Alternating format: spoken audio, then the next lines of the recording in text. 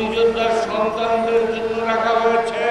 পুরাতন পুনরায় হস্তগত হলে আমরা দেখব আজকে সন্তানদের চাকরি করার বয়স নাই, সেটা যদি নাতি পর্যন্ত হয়, এই কথা নিয়ে আমরা মহামান্য আদালতে রিভিউর জন্য আবার যাব।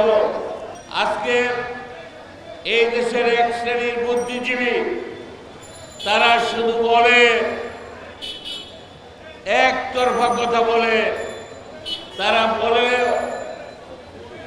যে আজকে কি অবস্থায় এইগুলি হয়েছে, আইনে আছে, সিআরপিসিতে বলা আছে, যখন কোনো সমাবেশ হবে, অবৈধ সমাবেশ হলে পুলিশ প্রথম নিষেধ করবে, তারপর যদি না শুনে তাহলে লাঠিচার্জ করবে, যদি না শুনে তাহলে বল প্রয়োগ করবে, তারপরে যদি না শুনে ম্যাজিস্ট্রেটের আদেশে গুলি হবে। কি অবস্থায় গোলাগুলি হয়েছে! গোলাগুলি শুধু পুলিশ করেছে তা নয়, বহু তথ্য প্রমাণ আছে, আপনারা দেখেছেন।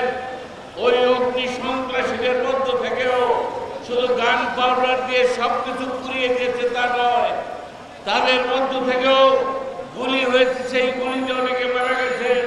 তদন্তের প্রকৃত জিনিস বের হয়ে আসছে। তারা এখন বলে কোনো মামলা মোকদ্দমা করা যাবে না। তবে আপনারা নৈরাজ্য সৃষ্টি করবেন, রাষ্ট্রীয় সম্পদ ধ্বংস করবেন, জনজীবন ধ্বংস করবেন, তাহলে কেউ কিছু বলতে পারবে না। তাহলে এটা একটা সভ্য রাষ্ট্র হতে পারে না। জোর যার মুল্লুক তার।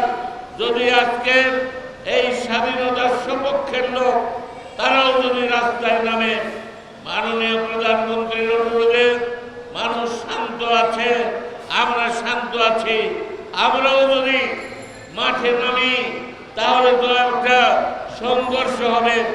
আমরা তাই একতরফাভাবে মিথ্যাচার করে যাচ্ছে, তাদেরকে অনুরোধ করব যে আপনারা আইনের আওতায় আসুন। যদি কোনো সুনির্দিষ্ট কারণে অভিযোগ থাকে, নিশ্চয়ই এই দেশে আইনে সকলের সমান অধিকার, আইনের শাসন দেশে আছে। আইনের শাসন থাকবে বলে যে কোনো অন্যায়, যে কোনো হত্যার বিচার হতে হবে।